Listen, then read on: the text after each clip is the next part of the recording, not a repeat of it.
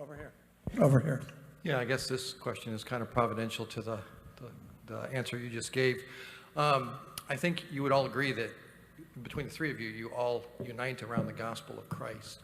And Reformed theology is known for being doctrinal theology. It places a great stress on doctrine. What do you do in a church when, as I know you three, if you talked long enough, some of the differences in doctrinal perspectives would begin to surface? Dr. MacArthur's dispensationalism, R.C. Sproul's covenant theology, there would be some issues over maybe eschatology and other things that you unite together, but yet you're divided in certain areas. How do you deal with that when it happens in a body? Because I've seen churches split over it. And what do you do? Well, since I'm the odd man out here with these covenantalists. That's true, actually. My name is Johnny Mac. Yeah, you know I'm fresh. Yeah, you know I'm fresh. I just want you to understand this. That what we disagree on is minimal. And much of it has to do with eschatology. And I am humbled eschatologically by the words of Peter, who said that even the prophets in the Old Testament looked at what they wrote to understand what person and what time they were talking about. So when you're talking eschatologically, you decide that you're going to interpret eschatological passages either in one way or another, but we all understand that we are humbled by the reality that what hasn't happened yet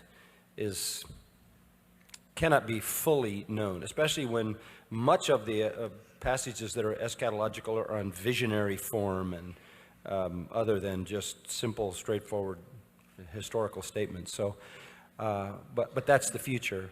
So I think with that and maybe a few other ecclesiological issues, we would differ, but 98% of the things that the Scripture teaches, we affirm together, all the way, certainly all the way from theology proper through bibliology, sweeping through soteriology, Christology, pneumatology, hamartiology, angelology. I mean, we come all the way down, and finally we get into ecclesiology, and maybe we talk about the baptismal mode and all of that kind of thing, and then we get to eschatology, and there's some dividing points at that juncture. I've tried to minimize those in my understanding of Scripture by asking not to be referred to as a dispensationalist, because that's a buzz term.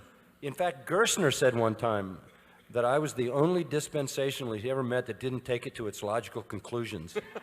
Because he said that at our seminary when he was giving a series there. He couldn't understand me because it bothered him that I didn't have consistent logical powers.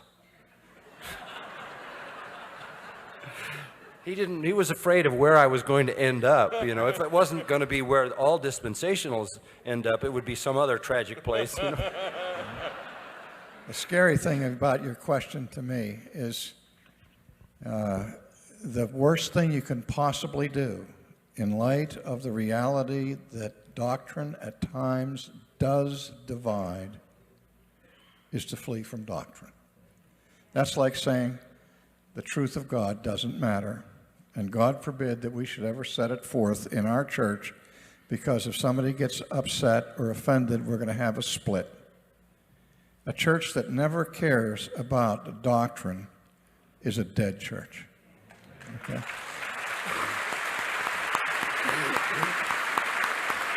But I think some people use doctrine as a big club, and they beat people up with it. And I think as a pastor, you encourage the faint-hearted, you help the weak, you exhibit enduring macrothemia, patience.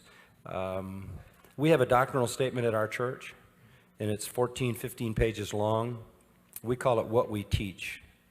We don't call it What We Believe, because we don't all believe it yet. And so we don't say to someone, you have to sign this doctrinal statement to come into this church. because I don't want to spend my whole life preaching what I believe to people who already believe it. That's redundant.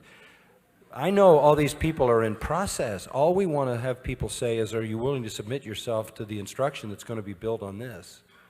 So I think it's being irenic, it's being gracious, it's following the patience of Christ as he endeavored to communicate with his apostles, who were blockheads, as we all know, and he was going back over the same thing again and again. I think it's the patience and the love. It's the 1 Corinthians 13 attitude, and it's I know there's a side of me that only, you hear a sermon and you read a book, and you would think maybe that Grace Church was a pretty hard-nosed place. Our doctrine is clear, and we don't hesitate to proclaim it. But the church should be pervaded by the patient love of its leadership to let people be in the process that the Spirit of God is working in their hearts with the truth being taught to them to bring them to that place of conviction. If you go into a church and slam dunk Reformed theology on people's heads, you're going to cause a fight, because people have reason to believe what they believe. Somebody told them this was the truth of God, and it's sacred to them. And there's definitely a process in letting people move along, and you want to make sure that there's openness and generosity and graciousness in the proclamation of these truths without wavering on the truths themselves. Thank you. Very wise answer.